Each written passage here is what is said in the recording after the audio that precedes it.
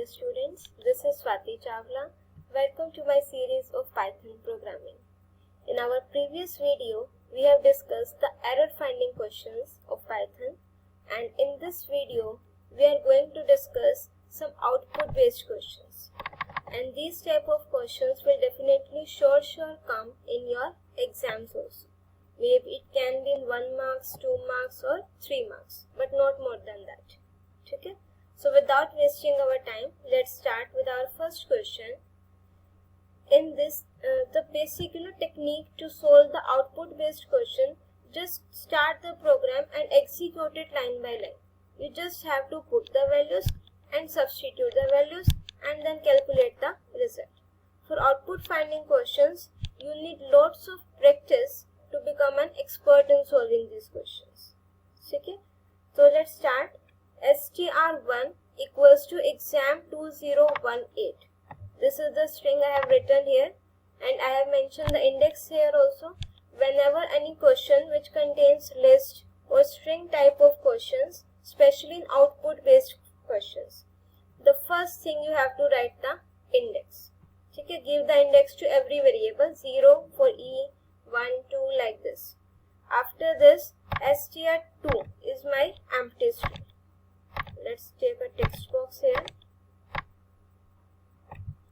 So str2 equals to, this is my empty string, and variable I, which is having value 0.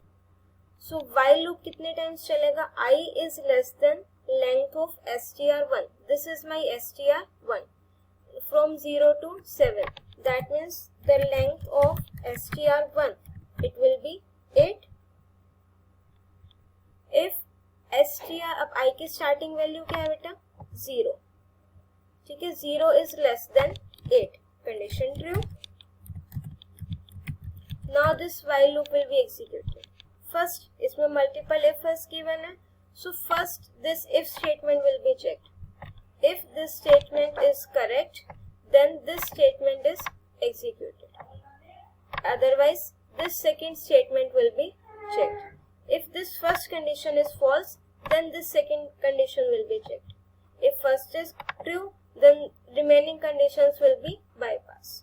If all other conditions, if all above conditions are false, then this else part will be executed. Okay? So let's start this now. If str1 of I, the value of I is 0. So str1 of 0 पर क्या है? Capital E. Greater than equals to A and less than equals to M. That means now we are having the range from A to M. कि अब check करो जो आपका capital E है, क्या वो मेरी capital A to capital M की रेंज में आ रहा है? A टू M में कैपिटल E आएगा. That means my first condition is true. अब आप इस स्टेटमेंट को एग्जीक्यूट करोगे. ठीक है, now I am substituting the values. str2 equals to str2 plus str1 of I plus 1 also.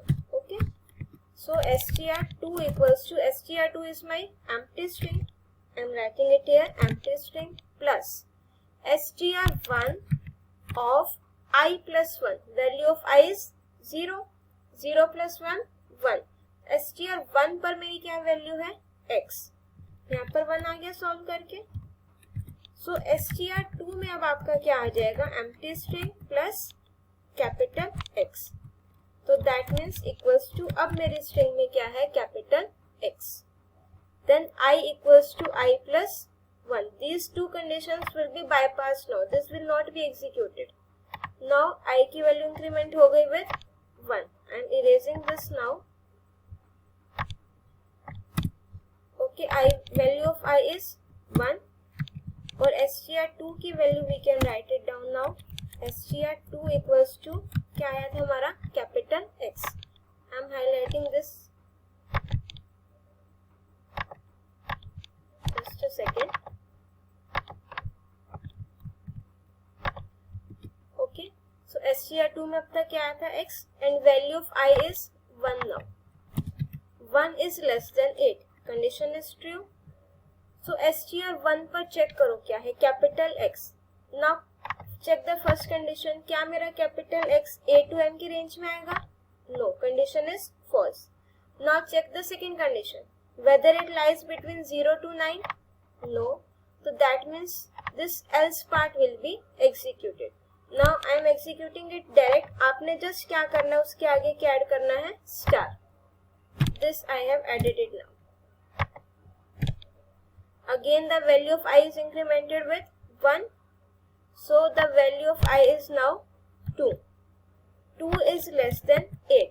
Condition true. अब 2 पर चेक करो क्या है? Capital A. तो my first condition is true. Equality की condition given है इधर. So that means कि ये मेरा उस रेंज में लाई करेगा. तो अब इसको आप एग्जीक्यूट करो फर्स्ट वाली कंडीशन को. str2 equals to str2 plus str1 of I plus 1. str2 equals to str2 में अब मेरा क्या आ चुका है? Capital x and star plus str1 of I plus 1. str1 of I plus 1. Value of I is 2. 2 plus 1 is 3. और str3 पर आपका check करो क्या है? Within this will be as it is. Plus str3 पर क्या है? m. तो अगर आप इन दोनों को कंबाइन करोगे str2 में क्या स्ट्रिंग आ जाएगी? x, star and m. Clear हो गया इतना? Now again I will be incremented with 1. Now the value of I will be 3. तो 3 is less than 8. Condition true. अब 3 पर क्या है? Capital M. Again this condition is true. तो अब मुझे जब आप एग्जीक्यूट करते चले जाओगे तो आपको ये पता लग रहा है कि फर्स्ट वाली कंडीशन में अगर ट्रू है तो मुझे उसकी नेक्स्ट वाली वैल्यू लेनी है. ठीक है, अब m के नेक्स्ट वाली क्या है? 2. तो I will write here 2. Now I will be incremented with 1. Value of i is 4 now. 4 less than 8 condition true. अब 4 पे देखो क्या है? 2. Second condition will be true. Second में आपने क्या लिखना? i माइनस 1 मीन्स उससे पहले वाली वैल्यू. अब 2 से पहले आपका क्या आ रहा है? m. तो आप यहाँ पर क्या लिख दोगे? m. फिर 0 से पहले क्या आ रहा है? 2. फिर 1 से पहले 0. क्लियर हो रहा है? m के बाद 2, फिर m, फिर 0 और फिर m 1. क्लियर हो गया? Let's check our answer now. x star m 2m 0 1. और and at the end you have to write the print statement. print str2. अब print फंक्शन में str2 है तो आप ब्रैकेट्स नहीं लिखोगे, just x star m 2m 0 1. This will be your final answer output. I hope you have cleared the concept. आपको ये clear हो चुका है. Now let's move to our next question. This is again of same type. Function यहाँ से execution start करोगे. school2@com. This will be passed to this with argument s. Length you can calculate. m में आपकी empty string है. For I in range 0 to k means हर एक character के लिए वो चलेगा. s of I dot is upper. अब check करोगे क्या वो is upper है? नहीं है, कंडीशन false. सेकेंड चेक करोगे is alpha. is alpha function क्या करेगा कि चेक करेगा whether it is alphabet or not. अब s alphabet है, कंडीशन ट्रू. तो what it is going to do? Upper case में कन्वर्ट करना है. So this is your capital S. Same you can execute for C, H, double O and L.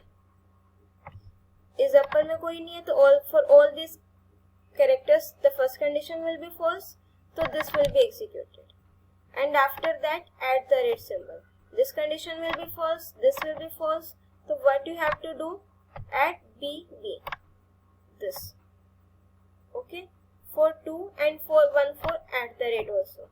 And this for capital COM, this condition will be true. Okay. So move on to our next question. Again, you can say very important question. I am erasing this now.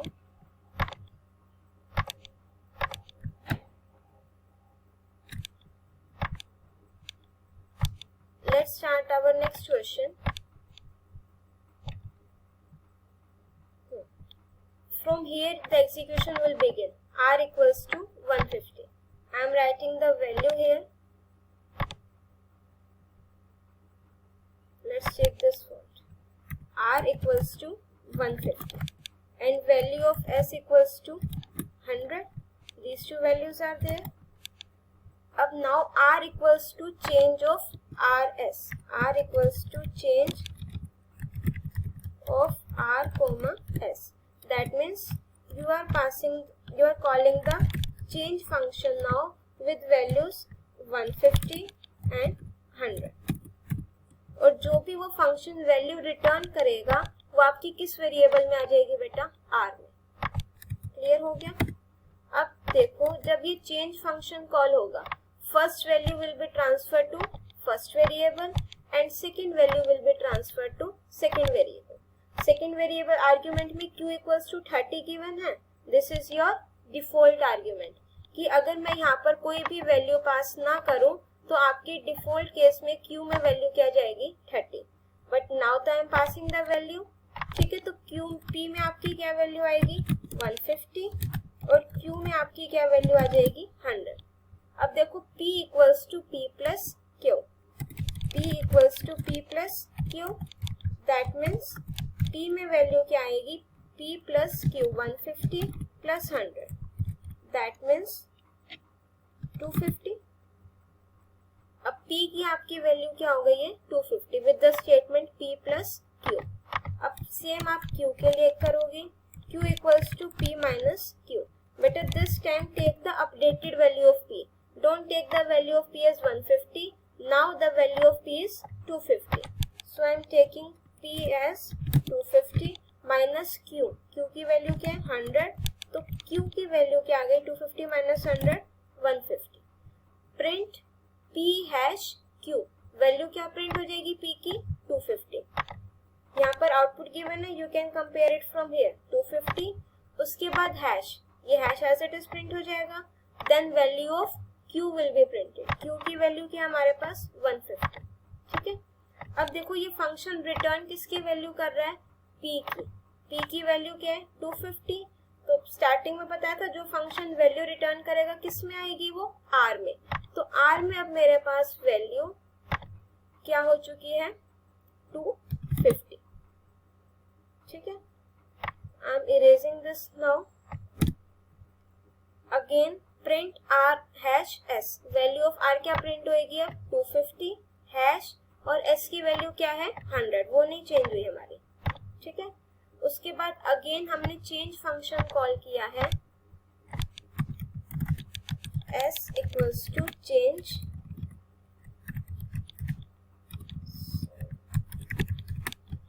और उसमें हमने values दी है बेटा s. सिर्फ एक ही argument pass किया. और ध्यान रखना अब जो वैल्यू रिटर्न होकर आएगी वो किसकी वैल्यू हो जाएगी s की. ओके. सो फर्स्ट वाली वैल्यू फर्स्ट में पास होएगी. दैट मीन्स p में. s की वैल्यू क्या है 100. तो p में वैल्यू क्या आ जाएगी 100 और q में मेरी वैल्यू क्या आएगी अब डिफॉल्ट. That means 30. अब p equals to p plus q. 100 plus 30 equals to 130. तो p में वैल्यू क्या हो गई अब 130. q में करो equals to p minus q. p की वैल्यू क्या है 130 माइनस q 30. तो 130 माइनस 30 इक्वल्स टू 100. तो q की वैल्यू क्या हो गई अब 100. अब प्रिंट करना है p हैश q. p की वैल्यू क्या है 130 प्रिंट हो गया. After this hash symbol print हो जाएगा. देन q की वैल्यू क्या है 100. तो ये 100 प्रिंट हो गया. अब रिटर्न क्या है यहाँ पर p की वैल्यू क्या है 130. तो s में अब वैल्यू क्या आ जाएगी हमारे पास 130. अब देखो इसके बाद प्रिंट स्टेटमेंट नहीं है. अगर होती और मुझे r और s की वैल्यू प्रिंट करानी होती तो s की 130 वैल्यू प्रिंट होती. ठीक है. I hope this concept is clear to you now. This I have explain. तो नाउ इट्स योर ड्यूटी कि आप नोटबुक पेन लें और इसका ड्राई रन करके खुद से इसके वैल्यूज को फाइंड आउट करें. ठीक है. Remaining output questions we will discuss in our next video. Thank you.